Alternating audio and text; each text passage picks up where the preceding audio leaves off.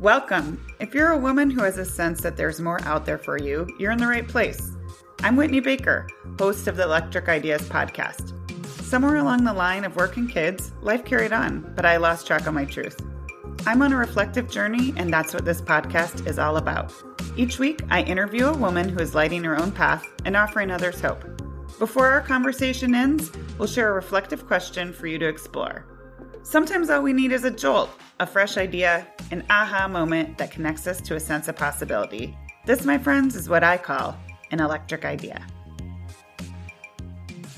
Welcome back to Electric Ideas. Before we jump into this episode, I want to remind you that we're about 2 weeks out from the start date of my Electric Opening Mastermind.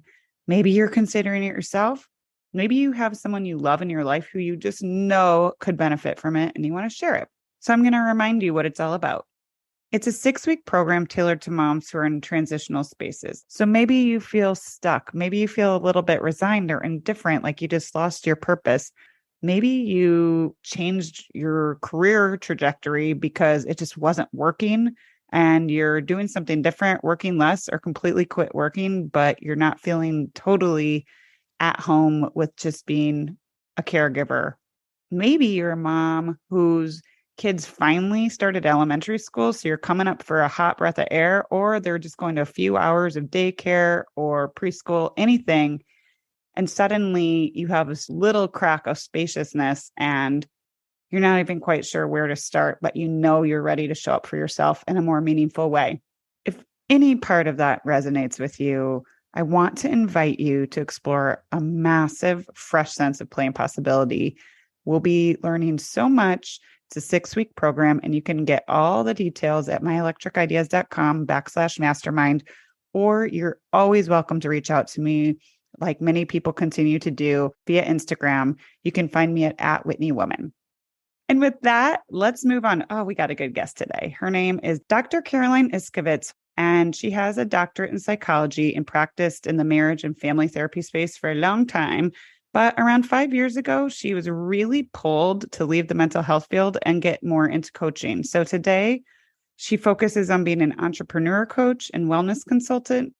In her capacity as a coach, she's really built out these 4 pillars that serve as a framework for how she works with clients. And she's going to share a lot of goodness from each area with us today. So those pillars are work-life integration, boundaries, self-love, and emotional balance within our relationships. And after this conversation, even though these are big topics and could be individually a topic for a podcast alone, it's a really interesting reminder just how interwoven all these things are.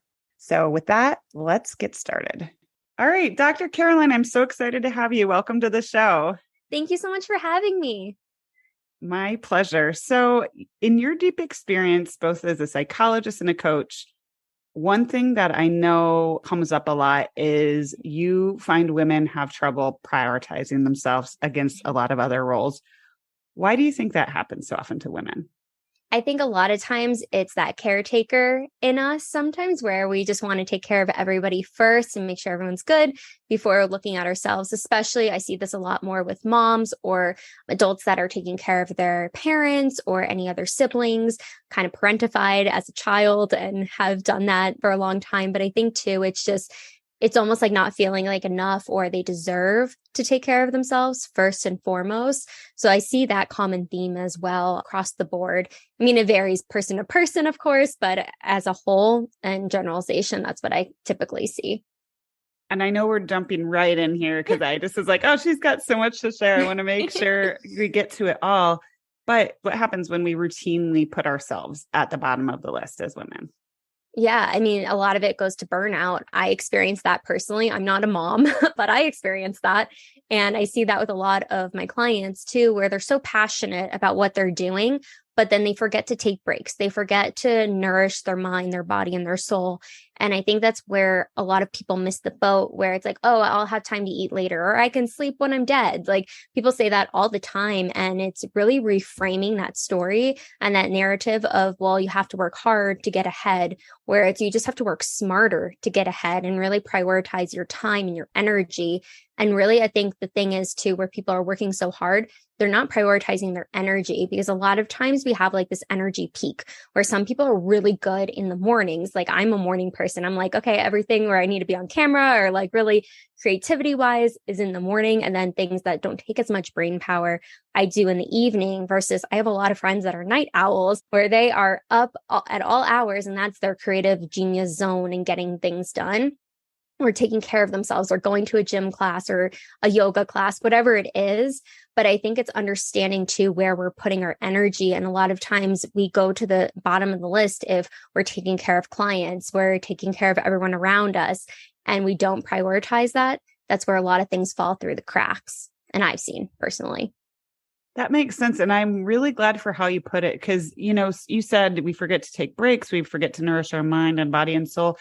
And I think sometimes the conversation around burnout, people immediately jump to some soul-sucking job. But the way you phrased it made me think, it might be something we're really passionate about, that we love, or we like love that caregiver role, but it can't be to the extent of ghosting our own needs.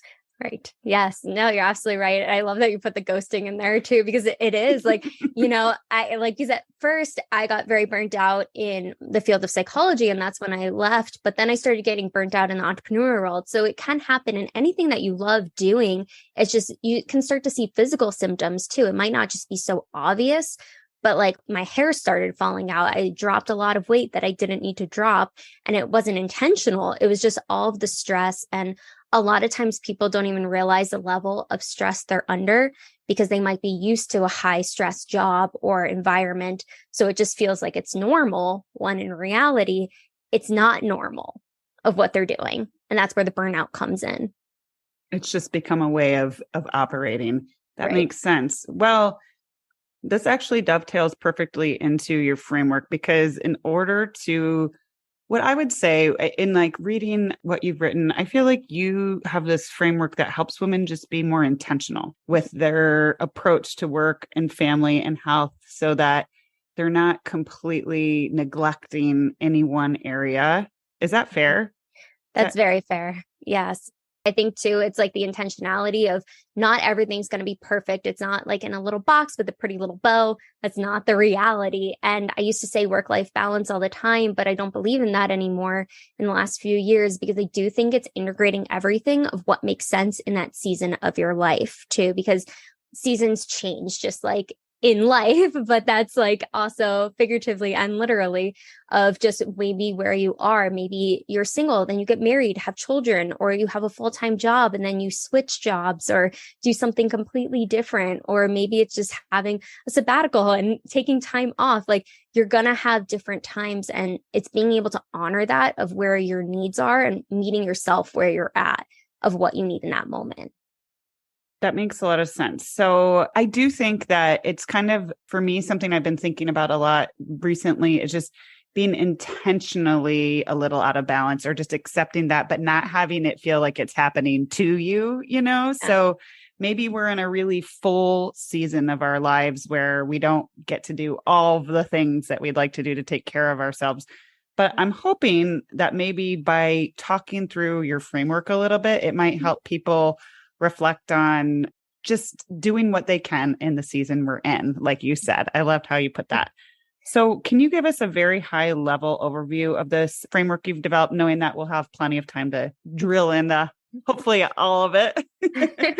Absolutely. I'll go as quick as possible, but very high level. And it starts with work-life integration. So like I was just mentioning, it's being able to integrate work and life. So if you have a meeting, maybe it becomes a lunch meeting. So you're combining the two. Maybe it is you have to run an errand, but you take a call while you're on the way to the errand. Maybe you're going to your kid's soccer game. Maybe you have to drop something off for a customer or something, depending on what it is, or whatever it could be. Just even in life, it's just being able to merge the two. Maybe you're a stay-at-home mom and you need that time with a friend. your kids at gymnastics and you get to talk to that mom while you're at gymnastics. So it's being able to really integrate the two. And then the second piece is self-love. So once you have that integration between the two, it's really looking at your self-esteem, your self-confidence, your self-worth, and really pouring into yourself. It's not just the physical things you can do for self-love, but really just the everyday, like forgiveness and just understanding you're not perfect and that's okay. And then moving into boundaries, it's really being able to set boundaries. And the hardest are with ourselves. Like it's honoring and respecting ourselves first. So it makes it easier and understandable of why we're setting boundaries with others. And then it moves into emotional balance within our relationships. So a lot of times we need to really regulate our own emotions so that doesn't impact the relationships. It's going to, but really being able to understand where your emotions are so you can really navigate that more efficiently and effectively. Okay, that is a beautiful list. And you were so succinct. I'm actually very impressed because I feel like in a lot of ways, all four of those topics, I actually polled my listeners because I was like, what do you guys want to learn more about? And it was pretty much a mixed bag in all of the above because I feel like we could spend an entire podcast episode on any of those. Yes. But I'm going to give the people what they want. We're going to get a little dip in each of those buckets. And because I do especially just with now how you're explaining it to me, I see the progression, it kind of starts. So let's start with work-life integration. So one of the things you're known for is helping women just, like you said, seamlessly integrating our work life, but you also talk about helping women with tools that help them work smarter instead of harder. And I think every woman wants those in their tool bag. So what are some of your favorite tools you share with clients? Yeah, I think it goes to prioritizing. This isn't mine. It's something I learned, so I can't take credit for it.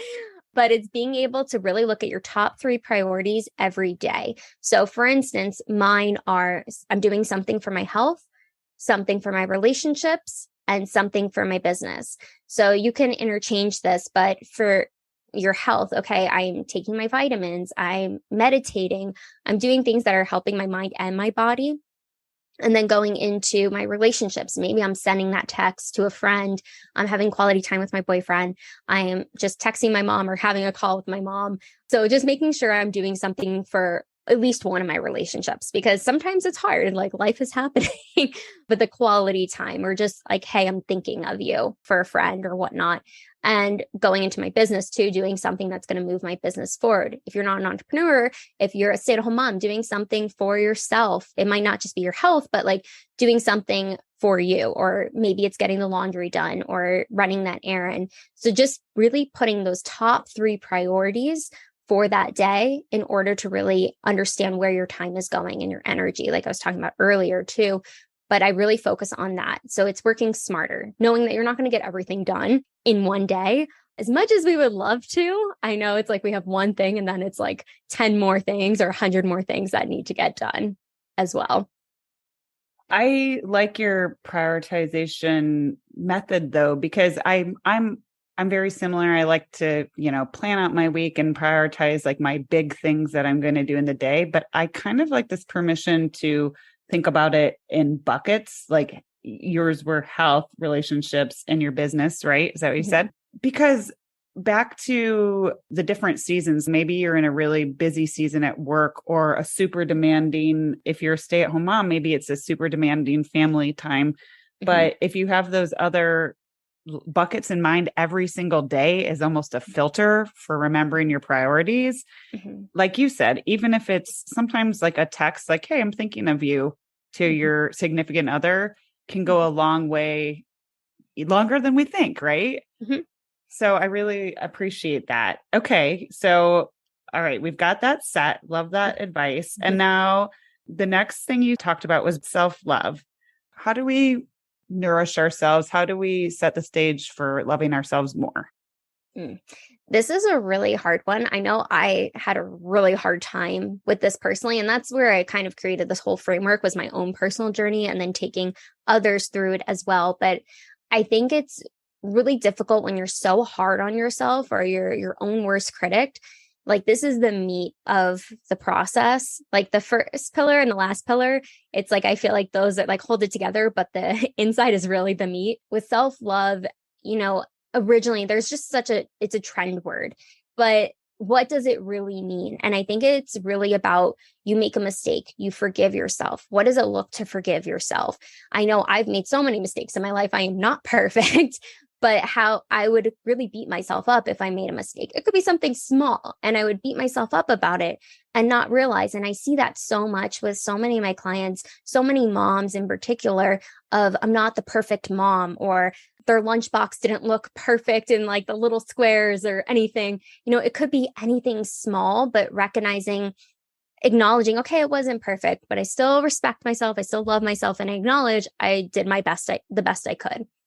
Because I think when we get caught up in that framework of just, I'm not good enough, or it didn't matter what I just did, or anything like that, especially I think like moms in particular, it feels like, well, I'm just supposed to do this, versus, oh, I get to do this, or the kids do appreciate it. They might not say it, but it's like those little subtle things that I think are so much more important than like the big things that you normally see, like bubble baths, or like, I'm going to go for a run, or like, those are all great things, but really, I go more on the inside of everything, of just like, how is that internally affecting your hormones, your body, your mind, everything, like, because that really does play such an impact. And I've really been looking more into the nervous system recently, of how that really affects us. And I know like my dissertation for school was all about the mind-body connection. And like, for me, I would carry a lot of stress and anxiety in my stomach, and that would impact how I felt, but I didn't realize the physical symptoms were because I wasn't taking care of myself. I wasn't speaking up. And I see this so much with a lot of clients, or just individuals that are in my circle, where they might not say what's on their mind. And saying what's on your mind is part of self-love. It's part of honoring and respecting yourself, and being able to pour into yourself, because you can't pour from an empty cup. We've heard it so many times. There's like, when you go on a plane, put your own oxygen mask on first, and then others. But a lot of times we're constantly putting the oxygen mask on everyone else. And that's where we fall short on that priority list. And it's really bringing ourselves up. So we have so much more to give if we're taking care of ourselves. And it's really hard to learn and practice. And it's a constant practice. I mean, I still am constantly reminding myself. And because, like I said, I'm not perfect. And it's practicing what you preach, of course. But at the same time, it's recognizing there's going to be slip ups. You're not going to get it every day, right? But it's recognizing I'm moving a little closer to that. This is amazing. This is so attuned with my beliefs. And I agree, because I think a lot of women are like, I agree. First of all, back to self-love being kind of a little nebulous buzzword hashtag right now. Mm-hmm. And I think some of my biggest breakthroughs on my journey, I'll share with you, is realizing that, yes, take the bubble bath, go get your hair cut, do all those things. If it makes you feel good, great. But a lot of women are just yearning for that deeper internal feeling of connectivity and fire within and true acceptance. Mm-hmm. So I'm really glad you're sharing that. And also, I wanted to see if this resonates with you. I was actually coincidentally, how the universe works sometimes. I was listening to something by Tara Brach this morning. And it was about how some people, the word forgiveness gets a little lodged and sticky for them. Mm-hmm. But I agree, especially moms and lots of women, we just beat ourselves up for little things unnecessarily sometimes. Mm-hmm. And one of the things she was talking about that really has stuck with me, so I'll share it, is just how can you hold yourself in loving compassion? In subbing that in for forgiveness, like the concept of loving compassion, just being like, it's okay. I did my best. And so that's a kind of a reflection I wanted to share. That's beautiful. I think that's so important too. I think it's the words we use and the framework we use and how we can shift that. And I do love the aspect of love and compassion, because I think that's a core of self-love, is self-compassion underneath all of that too. Because if we don't have that, how can we move forward from something, or just acknowledge what's going on for us? Yes. Okay. So now we get to move to boundaries. And I want to share this Brene Brown quote that's on your website, because it's such a great reminder. And it says, daring to set boundaries is about having the courage to love ourselves, even when we risk disappointing others. So I've talked about boundaries just in some degrees with various guests on this show, but I really love how you're honing in on setting boundaries with ourselves. So let's go there. Yeah, absolutely. So I think it's one thing to set with others, but when we're setting boundaries with ourselves, when we do that, we give ourselves permission to say no to others, because I think when we're really understanding what we'll accept, what we'll tolerate, and what we won't, it allows us to kind of take that step back and evaluate, okay, am I okay with this? And if you say, I'm not okay with it, and then you do it anyway, you're disrespecting yourself and you're not honoring those wishes. And it could be really difficult, especially if it's helping somebody. For instance, we want to help, we want to do amazing things in this world, and we are. However, it's really looking at, can I put one more thing on my plate? Is my plate going to topple over because I just have so much on there?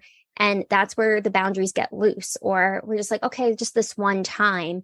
And that one time turns into multiple times, or then we start to feel guilty for not honoring or respecting ourselves. And it could be like, okay, I'm going to go to the gym, and then you don't go to the gym because somebody needs your help. And then you're not honoring what you needed to do for you to get in that right headspace, or how, like, especially working out, it releases endorphins and being able to feel better and reduce stress. But then now you're more stressed because you have no time to go to the gym. So it's just really looking at, like, how are you following through with what you're saying? Because that's a huge part of setting boundaries. You can set the boundary, but it's that follow through and implementation of actually doing it. Because a lot of times people can set it, but then the follow through is just the hardest part, was what I'm basically saying. But being able to understand that too, I think it's just, once you have that major self-compassion and self-love for yourself, it does make it easier to set those boundaries, because you know your worth, you know what you deserve, you know what you need in order to do that. And it is harder to do it with ourselves versus others. But at the end of the day, we're focusing on trusting that we're doing what's best for us. And that's why it's so important that we set those boundaries with ourselves. It's not to contain us. It's more to expedite our energy and be able to show up the way we want to show up. I like how you just said they're not supposed to contain us too, because the word boundaries can feel almost constrictive. Mm-hmm. And I think that mindset shift that you're talking about, it's almost like when I set my boundaries and I know I'm going to show up for myself and make that a priority and make it something that I don't feel guilty about, right? It's just like trusting that when I show up for myself, I am going to better serve all these people that want my time and attention. Yes. Is a major shift for me. Mm-hmm. Have you experienced that with a lot of clients? Yes, I think too, it can be really challenging in the beginning for them, because there is like a negative connotation sometimes to the word boundaries. And I think it has been a huge like reset and reframe, changing the narrative for them to recognize that the boundaries are to show up more powerfully for their families, for their friends, for their business, for their job, wherever they are at life, they're able to shift that. And I just see it. You see it in people's faces too. They like are more like lit up, and they're more focused, and they just feel more energized because they had that time. They maybe were able to get that 10-minute workout in, or meditation, or in the morning, just having that cup of coffee in peace for 2 minutes before the kids wake up. So it's just like really recognizing too, when they're able to pour into themselves and make it a non-negotiable, that's when everything shifts for them. Okay. So we've got prioritizing the filters in the beginning. What are some other practices that you share with clients who want to experience this shift and they want to show up for themselves, but they just kind of have lost track of that, and somehow they're never on the top of the list? Yeah, it's really hard in the beginning too, like, because a lot of the clients that might not have been able to set boundaries at all, like this is like so foreign to them, I'll have them write down like the bullet points of what the boundary is or what you're trying to do. Because a lot of times there is the voice of communication. It's a little harder for them to get it out, to set that boundary or to set that non-negotiable, even with themselves. So writing it down, sometimes people can see it. It's like pen to paper shifts, or even in their notes section. But I always suggest pen to paper. It's a little bit stronger, I think, just from a personal experience. But anyways, with that being said, being able to really write it down and then practicing it in the mirror. If really hearing themselves say it out loud or recording themselves, but hearing themselves say it. And eventually it might be like a few weeks even before they're actually able to say it. And that's like the extreme case. But being able to really practice that, or even like with a trusted friend or your significant other or somebody that's in your circle that you could practice that with, like, hey, I am really trying to like set more boundaries with myself. Can I practice on you? Can I like say it out loud to you? So it's almost like somebody's holding them accountable, because they can say it to me, but somebody that's in their circle that can kind of help them navigate it, that's right there as well, or that can support them. That's been another really amazing shift for people too. But it is scary. Like, I won't lie. It's scary for a lot of them. It was scary for me when I first started setting boundaries years ago. But I think it's more practice and repetition is when it starts to get a little bit easier for them too. So give me an example of a boundary that you or someone you've coached has set that someone could practice with themselves or practice in the mirror. Because some women, like you said, this is, every day for some women. And for some women, this is going to be foreign, and they might have this sense that they've got leaky energy and that they don't have boundaries, but maybe they don't even know what an example of a boundary they need to set for themselves is. So something like super small and simple, I'll start with that. I think it's especially when a lot of moms don't have time. They don't have time to give to themselves. So I always suggest waking up a few minutes early before the kids get up, not like an hour early, because that doesn't seem realistic. I like to keep it realistic so they can start to increase or make any shifts. So I even start with, okay, well, maybe it's meditation is like a one thing that a lot of people struggle with that I've suggested to. They're like, I don't want to do that. My thoughts go rampant, and that's okay. It's acknowledging those thoughts in meditation. So I'll suggest wake up 5 minutes early, put on, like, I always suggest the Calm app because it's a free app, to do just a quick 1 minute meditation. Just let themselves listen to the guided meditation and do that every day for the next like 5 days. And a lot of them struggle in the beginning. They're like, okay, I could only do 30 seconds. And then I got distracted and I turned it off, or the kids woke up a little bit earlier. So it's shifting the time frame. So I think it's really being able to start very small. So whatever the big goal is, I always have them work backwards. So hopefully I'm explaining this clearly, but being able to work backwards. And so that's why I'm like, start with a 1 minute meditation. That might seem excruciating for people, and it could be. So then if it is, I'm like, okay, let's go down to 30 seconds. Let's get that mainstream for 5 days in a row. So like building that habit of doing it for 30 seconds. And then once they have that down for like 5 days, okay, let's increase it to a minute. Let's see how you do with that, or even 45 seconds. But it's like those small, tangible things.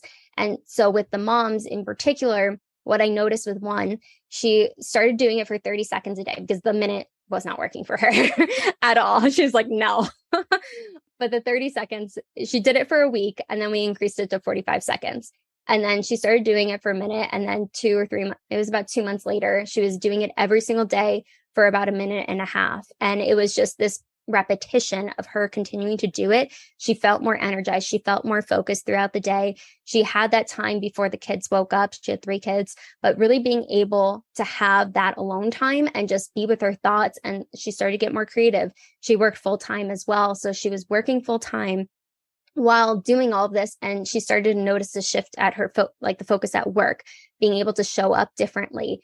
She ended up getting a promotion. All these things happened within about like 6 months or so, but it was based off of her just taking the time for herself. It was something so small that tweaked everything. And that boundary was like having that time with herself in the morning to just regroup and start before everything went chaotic. This is such an important message for women to hear, because I couldn't agree more. I think that sometimes women just get it in their head that they almost need like to be on a desert island or go on a retreat or do something crazy different to change their lives. Mm-hmm. And I am such a deep believer, and I'm so glad you're talking about this, about the ripple effect of just small, intentional actions. And the fact that one of your clients literally did something for 30 seconds for themselves every day. Mm-hmm. Anybody can do that, right? Yes. Yeah. So, yeah. So it's not surprising to me. And this seems so natural to flow into the emotional balance within relationships, because I'm sure you've experienced when women are able to kind of like work through the work-life integration and the self-love and the boundaries, that this impacts their closest relationships. Oh, it does. So I love this part or this pillar because I really pull from my marriage and family therapy background, and being able to understand too, our relationships, they evolve, they change over time, especially when you start adding other family members, children, maybe you move, all these other factors really impact a relationship. So with being able to set those boundaries, once you're setting the boundaries with yourself and then starting with others, it really makes it the flow of emotional balance is really the communication piece. Being able to communicate what's going on for you, not holding things in, being able to express yourself, especially when you have a full life, whether you're an entrepreneur or working in corporate, or you have an amazing job, or you're a stay-at-home mom, whatever you're doing in this world, really being able to have that time with your significant other, have that time with your friends, your family, the different pockets of where you want your time to go, but being able to communicate effectively, asking for that time. Because I think a lot of times if, for instance, I have experienced this with a stay-at-home mom and the husband goes to work and she feels like she doesn't have that quality time, and she might not be able to express that of like, I need this for our relationship, and feels guilty of asking because he's working so hard, and she's proud of him, but not being able to have that quality time, but being able to communicate that, asking what you need, what you deserve. But it comes from really being able to be balanced within ourselves so we can express that very clearly and efficiently. It might not be received well, but we can only do what we can do. And it really comes down to being able to communicate those factors of what we're feeling inside, being able to vocalize that as well with our relationships of all kinds. How can we do a better job in our relationships of, okay, let's say we're in a good place of awareness where we're like, maybe you need help, maybe you need more time, maybe time with your significant other, maybe you need more alone time. I think it's really common for women to wait until their breaking point and it bubbles up and it comes out in a way that's passive aggressive or argumentative. And then it's a shame spiral because it's like, oh, I didn't want to say it that way, but I think we just put ourselves in this position sometimes. So what's a way that we can get better about communicating in a more proactive way so that our needs are met before we're at a breaking point? That's a great question. See, I used to struggle with this too.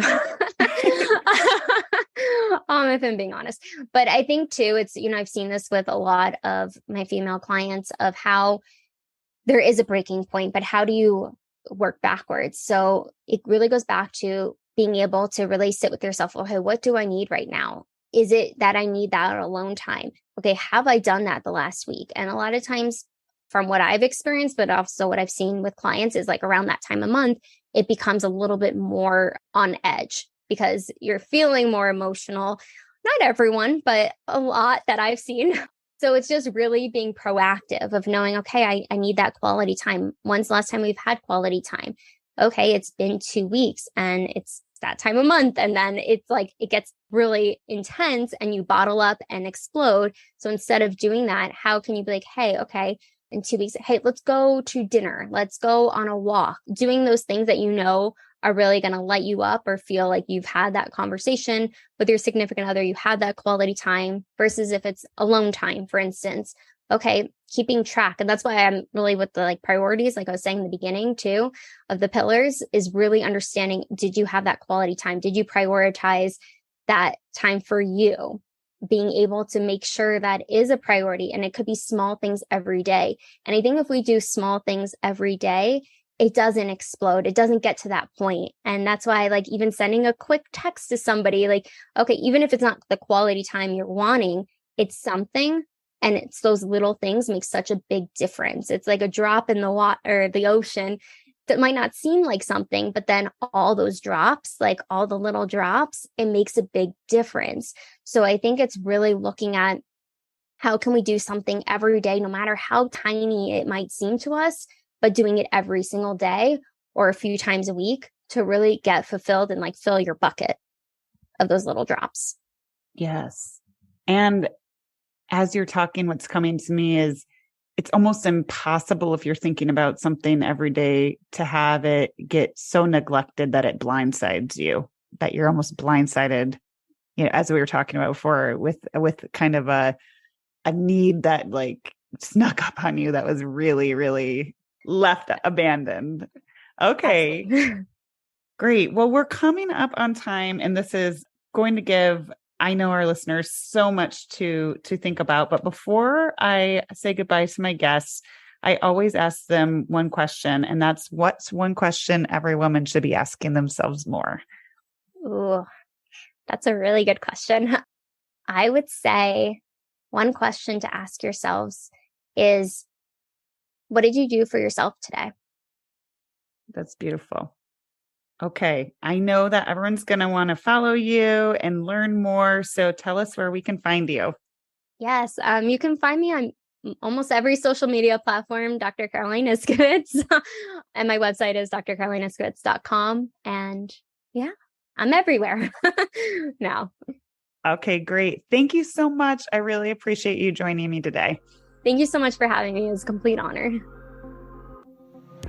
I'm so glad you joined me today. If you're looking for more, feel free to connect with me on Instagram at @WhitneyWoman. And if you enjoyed the show, I invite you to support me by leaving a review or sharing it with a friend. Hope you have an inspired day.